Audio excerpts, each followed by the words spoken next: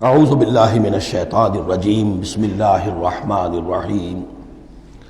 اب دو رکوع آ رہے ہیں انفاق فی سبیل اللہ پر، اور یہ قرآن مجید کا ذروہ سلام ہے انفاق کے موضوع پر۔ لیکن ان کو پڑھنے سے پہلے نوٹ کر لیجئے کہ اللہ کی رضا جوئی کے لیے اپنا مال خرچ کرنا جو ہے، اس کے لیے دین میں کئی اصطلاحات ہیں۔ کھانا کھلانا، یطعمون الطعام علی حبہ مسکینا و یتیما و اسیرا، آت المال علی حبہ ذوی القربى والیتامى، ایتاء مال، اعطاء۔ پھر اس سے آگے آتا ہے صدقہ، زکوٰۃ، انفاق، قرض حسنہ۔ یہ 5-6 ٹرمز ہیں، لیکن ان ٹرمز کے اندر ایک تقسیم ذہن میں رکھیے کہ 2 مدیں ہیں بڑی بڑی اللہ تعالیٰ کی رضا جوئی کے لیے مال خرچ کرنے کی۔ ایک مد ہے غرباء، یتامى، مساکین، محتاج، بیوائیں، ان کے لیے، یعنی ابنائے نو میں سے، یہ آپ کے معاشرے کے اجزاء ہیں، آپ کے بھائی بند ہیں، آپ کے رشتہ دار ہیں، آپ کے اعزاء و اقرباء ہیں، ان کے لیے خرچ کرنا۔ تو یہ بھی اللہ کو بہت پسند ہے، اس کا اجر ملے گا۔ یہ بھی گویا کہ اللہ تعالیٰ ہی کے لیے آپ نے خرچ کیا۔ ایک عین اللہ کے دین کے لیے خرچ کرنا، انفاق کا لفظ اس کے لیے ہے، اور قرض حسنہ اس کے لیے۔ انفاق کے مال، انفاق فی سبیل اللہ، اللہ کی راہ میں خرچ کرنا، اللہ کے دین کی دعوت کو عام کرنا، اللہ کی کتاب کے پیغام کو عام کرنا، اللہ کے دین کی دعوت کو اس طرح ابھارنا کہ باطل کے ساتھ زور آزمائی کرنے والی ایک طاقت پیدا ہو جائے، ایک جماعت وجود میں آئے، ان کے لیے اساد و سامان فراہم کیا کرنا، تاکہ دین کے غلبے کی ہر مرحلے کے جو تقاضے اور ضرورتیں ہیں وہ پوری ہو سکیں۔ تو جو اس کام میں صرف ہوگا وہ ہے انفاق فی سبیل اللہ، یا اللہ کے ذمے قرض حسنہ۔ تو یہاں اصل میں اس کی بات ہو رہی ہے، انفاق کی۔ مثل الذین ينفقون اموالهم فی سبیل اللہ ہے، مثال ان کی جو اپنے مال خرچ کرتے ہیں اللہ کی راہ میں۔ عام طور پر یہ فی سبیل اللہ جو ہے وہ سبیل پانی کی بنا دی، وہ بھی سبیل ہے، ٹھیک ہے، وہ بھی سبیل تو ہے، نیکی کا وہ بھی راستہ ہے، سبیل اللہ ہے، لیکن یہ کہ فی سبیل اللہ خرچ جو ہے اس کا بالکل مفہوم اور ہے۔ وہ صدقہ ہے، خیرات ہے، زکوٰۃ بھی اصلاً جو ہے وہ غریبوں کا حق ہے، لیکن اس میں بھی ایک مد سبیل اللہ کی رکھی ہوئی ہے۔ اگر تو آپ کے قریب اعزاء و اقارب ہیں، غرباء ہیں، تو ان کا حق فائق ہے، پہلے ان کو دی۔ بہرحال فی سبیل اللہ انفاق۔ مثل الذین ينفقون اموالهم فی سبیل اللہ کمثل حبۃ انبتت 7 سنابل فی کل سنبلۃ 100 حبہ، مثال ان کی جو اللہ کی راہ میں خرچ کرتے ہیں اللہ کے دین کے لیے، ایسے ہے جیسے ایک دانہ کہ اس سے 7 سنبلیں پیدا ہوئیں، 7 خوشیں، 7 بالیاں، یہ 7 سٹے۔ باجرے کا سٹا ہوگا، کتنے دانے ہوتے ہیں اس میں؟ مکئی کا سٹا ہے، اس میں کتنے دانے ہیں؟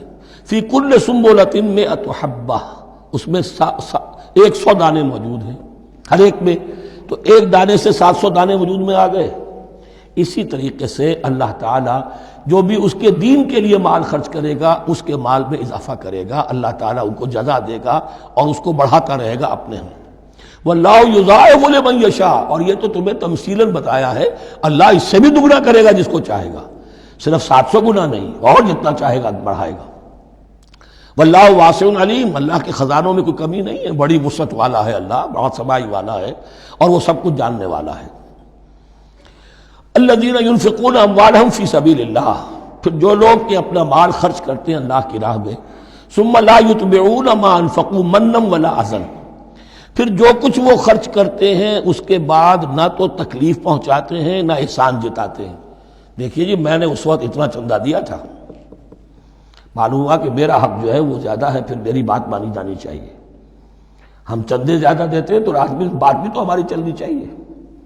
یا اگر کسی جو کارکن کو دیا ہے جو اللہ کے دین کے لیے کام کر رہا ہے، یہ بھی ان 2 رکوعوں کے آخر میں بات واضح ہو جائے گی۔ کوئی شخص ہے اللہ کے دین کے کام میں لگا ہوا، آپ اس کو ساتھ تعاون کر رہے ہیں تاکہ وہ اپنی معاش کے اوپر اپنا وقت نہ لگائے، اپنا پورا وقت جو ہے وہ دین کی خدمت میں لگائے۔ لیکن اب اگر کہیں آپ نے اس کو جتا بھی دیا، اس پر احسان بھی رکھ دیا، کوئی تکلیف دے کلمہ کہہ دیا، تو جو آپ کا اجر و ثواب تھا وہ 0 ہو جائے گا۔ الذین ينفقون اموالهم فی سبیل اللہ ثم لا یتبعون ما انفقوا منا ولا اذى، جو انفاق کرتے ہیں اس کے بعد اس کے پیچھے نہ تو جتلاتے ہیں نہ کوئی اور تکلیف پہنچاتے ہیں، لہم اجرہم عند ربہم ولا خوف علیہم ولا هم یحزنون، ان کا اجر ان کے رب کے پاس محفوظ ہے اور ان کے لیے مغفرت ہے، ولا خوف علیہم ولا هم یحزنون، ان کے اوپر نہ کوئی خوف ہوگا اور نہ کوئی ان کو حزن سے دوچار ہوں گے۔ قول معروف، بھلی بات کہنا، ومغفرہ اور درگزر کرنا، خیر بہتر ہے من صدقۃ اس خیرات سے یتبعھا اذی جس کے بعد کے اذیت پہنچائی جائے۔ کوئی آپ سے فرض کیجئے کوئی ضرورت کے لیے آئی گیا ہے، کسی نے ہاتھ پھیلا دیا ہے، تو آپ اگر آپ نہیں کر سکتے مدد، قول معروف نرمی کے ساتھ جواب دے دیجئے، معذرت کر لیجئے۔ یا یہ ہے کہ اگر کسی سائل نے آپ کے ساتھ درستی کی ہے تو پھر بھی یہ ڈانٹیے نہیں، وَأَمَّا السَّائِلَ فَلَا تَنْهَرْ، پھر بھی یہ ہے کہ مغفرت معاف کیجئے۔ یہ کہیں بہتر ہے اس سے کہ دے تو دیا، خیر من صدقۃ یتبعھا اذی، اس کے بعد اسے دو چار جملے بھی سنوا دیے، کوئی اور سلواتیں بھی سنا دی اسے، تو اس کا کوئی فائدہ نہیں ہوا۔ واللہ غنی حلیم، اللہ تعالیٰ غنی ہے اور حلیم ہے۔ یہ کیوں کہا گیا کہ تم اگر کسی کو دے رہے ہو تو اصل میں اللہ کو دے رہے ہو۔ ایک حدیث میں آتا ہے کہ اللہ تعالیٰ اپنے بندے سے شکایت کرے گا، اے میرے بندے تیرے پاس مال تھا، میں نے تجھ سے مال طلب کیا تھا، میں بھوکا تھا، میں نے تجھ سے روٹی مانگی، تو نے مجھے کھلایا نہیں۔ بندہ کہے اللہ تو غنی ہے، تجھے بھوک، تجھے احتیاج ہے، کہ وہ جو میرا بندہ تھا جو بھوکا تھا، اس نے جو مانگا تھا تجھ سے وہ میں ہی تھا، اصل میرا بندہ تھا۔ الخلق عیال اللہ، تجھ سے انہیں کھانے کو نہیں دیا تجھے، تو گویا کہ مجھے نہیں دیا۔ اے میرے بندے میں ننگا تھا، میں نے تجھ سے میں نے چاہا کہ میرا سطر ڈھانپ دے، مجھے کوئی لباس دے دے، لیکن یہ کہ تو نے نہیں دیا۔ یہ اسی طریقے سے تو سمجھ لیجئے کہ اللہ تو غنی ہے، جو دے رہے ہو سمجھ لو کہ اللہ کو دے رہے ہو، اور حلیم ہے، وہ حلم والا ہے، فوراً نہیں پکڑتا تمہیں۔ تم جو بھی کرتے ہو، جو دل سے اتری ہوئی شے وہ اللہ کے نام پہ دے دو، جو ردی چیز ہے وہ اللہ کے نام پہ دے دو، تو اللہ تعالیٰ کی غیرت جو ہے اسی وقت اگر جوش میں آ جائے اور تمہیں پیس کے سرما کر دے وہ، تو وہ کر سکتا ہے، لیکن نہیں، حلیم ہے، وہ دیکھتا ہے کہ میری توہین کر رہا ہے، مجھے دے رہا ہے اور یہ دے رہا ہے۔ صدق اللہ العظیم۔